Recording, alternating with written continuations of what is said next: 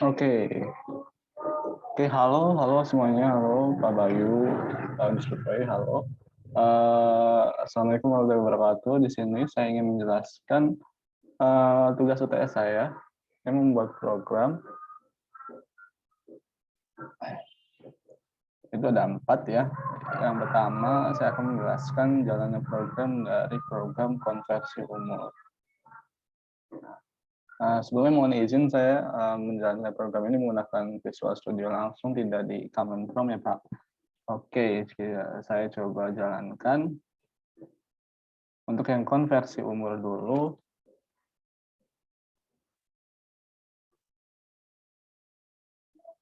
Oke, ketika dijalankan, ini akan muncul judul terlebih dahulu, menentukan konversi umur, lalu di sini ada keterangan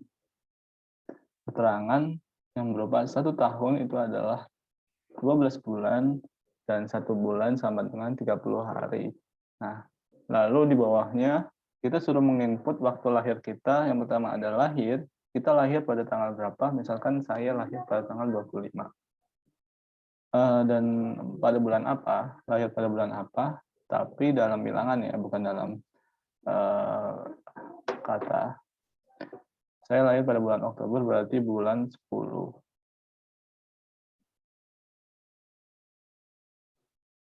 Dan dilanjutkan ada lahir pada tahun berapa, saya lahir pada tahun 2002.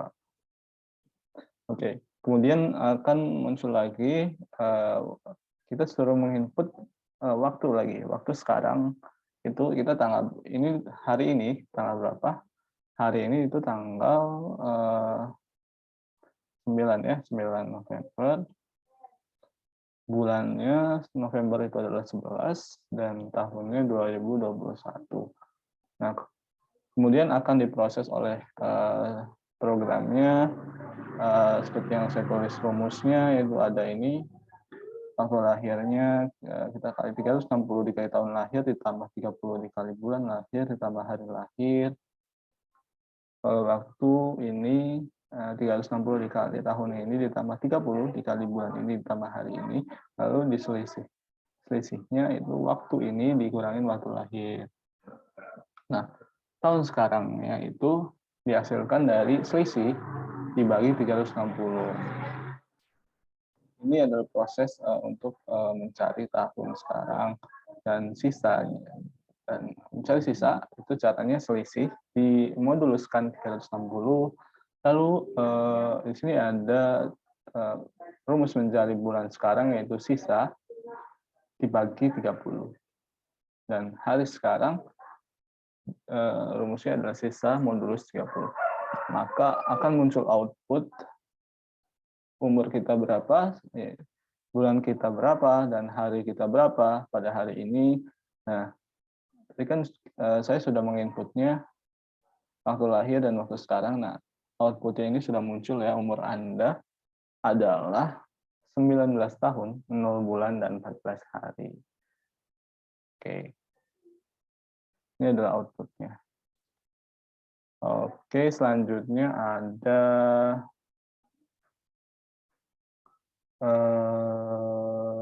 jenis segitiga. Oke, ini adalah programnya yang saya buat dan saya coba jalankan.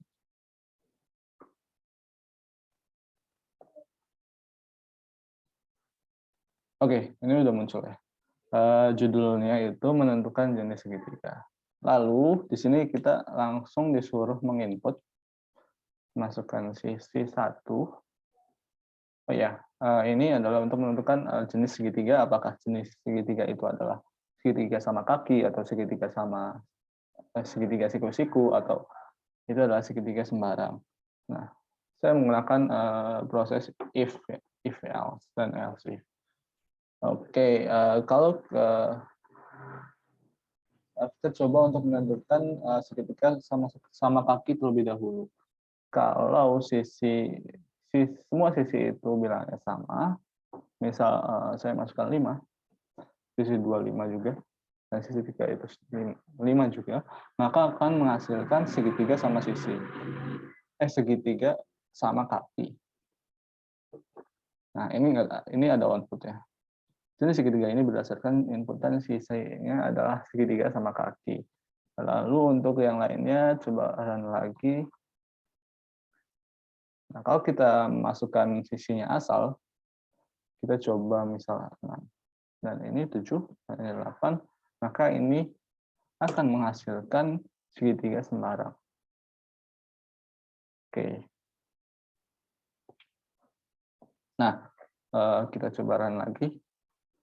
Kalau kita menambahkan sisi 1, misal sisi 1 adalah 3, dan sisi 2 adalah 4, dan saya memasukkan sisi 3 adalah 10, maka akan muncul, ini adalah bukan segitiga. Mengapa? Karena jika sisi 1 dan sisi 2 ditambahkan, dan itu kurang dari sisi 3, maka itu adalah bukan segitiga.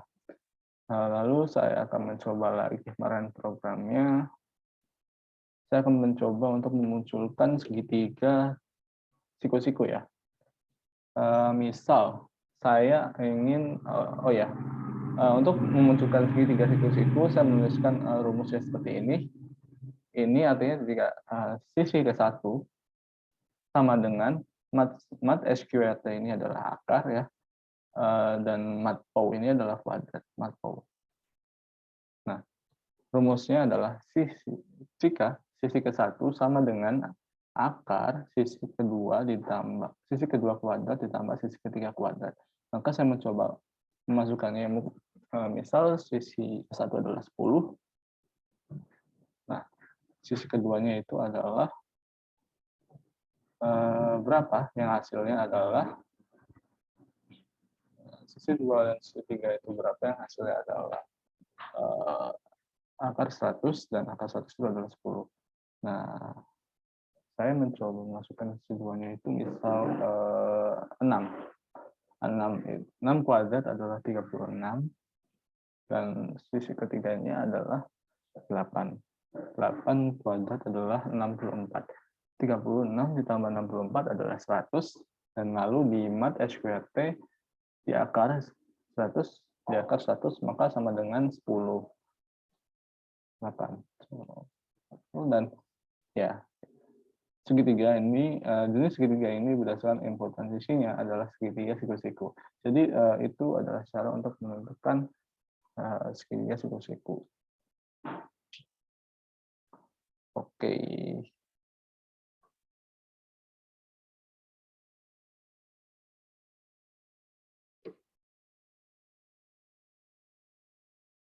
Oke, sekian dari jenis segitiga. Lalu lanjut ada permainan suite.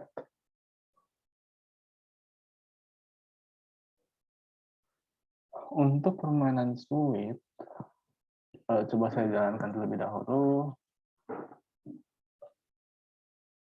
Nah, ini akan langsung muncul judul permainan suite dan list suite yang bisa kita gunakan itu apa saja. Yang pertama itu kita bisa menggunakan semut. Nomor 2 itu orang. Oh ya, semut ini ya kelingking, orang, telunjuk, dan gajah jempol. Nah, ini kita suruh menginput, kita memilih apa nih untuk permainan suite ini. Saya mau milih misal semut. Saya memilih semut. Nah, komputer ini akan memilih secara acak, dan kita tidak bisa menentukan bahwa kita akan menang atau kalah, karena komputer akan memilih secara acak. Dan saya menulis program untuk komputer memilih secara acak itu dengan cara mat random. Mat random ini artinya program ini akan memilih 0 sampai min 1 sampai dengan 0, antara program ini akan memilih min 1 sampai dengan 0, lalu akan dikalikan dengan 3, lalu ditambah 1. Nah, dari rumus ini, komputer akan memilih acak 0 sampai dengan 3, 1 sampai dengan 3. Maka, tadi kan saya memilih nomor 1. Nomor 1 itu adalah semut. Maka akan muncul seperti ini. Anda memilih semut, dan komputer akan memproses secara otomatis. Komputer memilih gajah. semut lawan gajah menang, maka akan muncul output hasil permainan Sweet adalah Anda menang dan komputer kalah. Nah, coba kita run lagi dan memilih Sweet yang lain. Misal saya memilih orang. Nah, komputer akan memilih apa? Coba kita lihat. Komputer akan memilih gajah. Nah, ya, komputer memilih gajah. Orang melawan gajah, tentunya menang gajah. Maka komputer yang menang. Dan output hasilnya akan ditulis seperti hasil sama dengan hasil permainan Sweet adalah Anda kalah. Saya kalah karena saya memilih orang dan komputer menang karena memilih gajah. Oke, begitu. Lalu coba sekali lagi.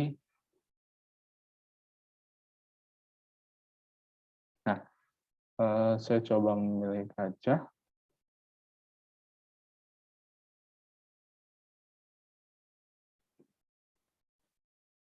Nah, saya memilih gajah, lalu komputer memilih secara otomatis dan memilih orang.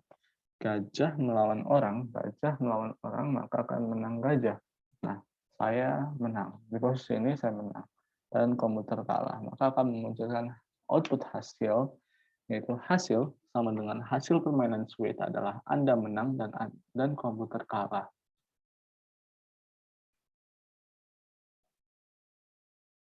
Oke, lanjut ke yang terakhir yaitu tunjangan gaji. Ya, coba kita jalankan programnya.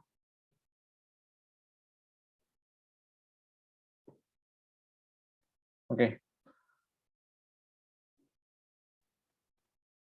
Di sini ada judul, yaitu menentukan gaji bersih dari karyawan. Lalu kita langsung disuruh menginput nama karyawannya, misal nama saya adalah Adit Rahman ya. Lalu di sini akan langsung muncul list dari golongan gaji karyawan. Itu ada apa saja, ada berapa. Nah, di sini saya menuliskan sesuai dengan perintah dari Pak Bayu, yaitu ada 3 golongan gaji, yaitu yang golongan pertama ada gaji pokoknya itu 1 juta, lalu golongan kedua gaji pokoknya 2 juta, lalu golongan 3 itu gaji pokoknya 3 juta. Lalu di sini ada penginputan lagi, kita memilih, saya harus memilih golongan gaji. Misal saya mau milih golongan gaji yang pertama dulu, 1. Nah, di sini akan dituliskan lagi untuk memperjelas ya kita mendapatkan gaji pokok berapa. Nah, ini akan ada gaji pokok karena kita memilih 1, maka kita mendapatkan gaji pokok 1 juta. Gaji pokok 1 juta. Nah, di sini ada list lagi, ada pilihan lagi, apakah kita berkeluarga atau tidak berkeluarga. Saya ingin coba dulu bahwa saya tidak berkeluarga. 2. Nah, kalau tidak berkeluarga, maka di sini muncul tidak mendapatkan tunjangan keluarga dan akan mendapatkan gaji hanya dengan gaji pokoknya saja karena tidak mendapatkan tunjangan apapun. Oke, nah ini ada outputnya. Adit Rahman mendapatkan gaji sebesar 1 juta. Nah, kita coba jalankan program lagi. Masukkan nama karyawan Adit Rahman, golongan gaji, coba saya memilih 1 dulu deh. 1, lalu untuk Anda berkeluarga atau tidak, 1, saya berkeluarga. Nah, karena saya berkeluarga dan akan mendapatkan tunjangan keluarga berapa, yaitu 300.000 dan mendapatkan gaji ditambah tunjangan keluarga, yaitu 1 juta. Jadi totalnya ada 1.300.000. Nah, di sini ditanyakan lagi nih, kita nih punya anak berapa? Nah, kalau punya anak 1, mendapatkan tunjangan anak sebesar 100.000. Jadi totalnya adalah 1.400.000 karena tunjangan anak itu per satu anaknya itu adalah 100.000. Jadi totalnya dari tunjangan keluarga 300.000 dan tunjangan anak itu 100.000 dan gaji pokoknya itu 1 juta menjadi total gaji yang didapatkan adalah 1.400.000. Nah,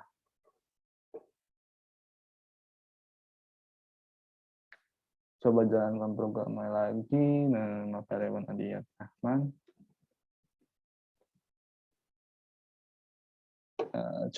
Saya coba masukkan golongan kedua. Berkeluarga atau tidak? Berkeluarga. Nah, kalau yang ini berkeluarga, tunjangan keluarganya akan mendapatkan 300.000. Gaji pokoknya adalah 2 juta, maka akan jadi 2.300.000. Nah, ini disuruh lagi untuk menginputkan kita memiliki anak berapa. Misal saya memiliki anak 2. Nah, kalau mempunyai anak 2, akan mendapatkan tunjangan anak sebesar 200.000. Jadi totalnya adalah tunjangan keluarga ditambah tunjangan anak itu 500.000 dan ditambah gaji pokoknya ada 2 juta, maka menjadi 2.500.000. Nah, ini outputnya. Nah, untuk yang case ketiga, saya menggunakan ini switch ya. Karena menurut saya ini lebih cocok dengan switch. Oke, nama karyawan Adiyat Rahman. Gaji pokoknya saya mencoba untuk 3.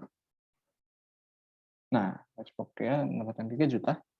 Lalu berkeluarga atau tidak, saya memilih berkeluarga. Mendapatkan tunjangan keluarga sebesar 300.000. Jadi totalnya 3.300.000. Memiliki berapa anak? 3. Saya memiliki 3 anak. Nah, untuk yang kasus ketiga, atau kita memilih golongan 3, ini akan terkena pajak 2% untuk tunjangan anak. Seperti yang saya tulis di program, ini dia.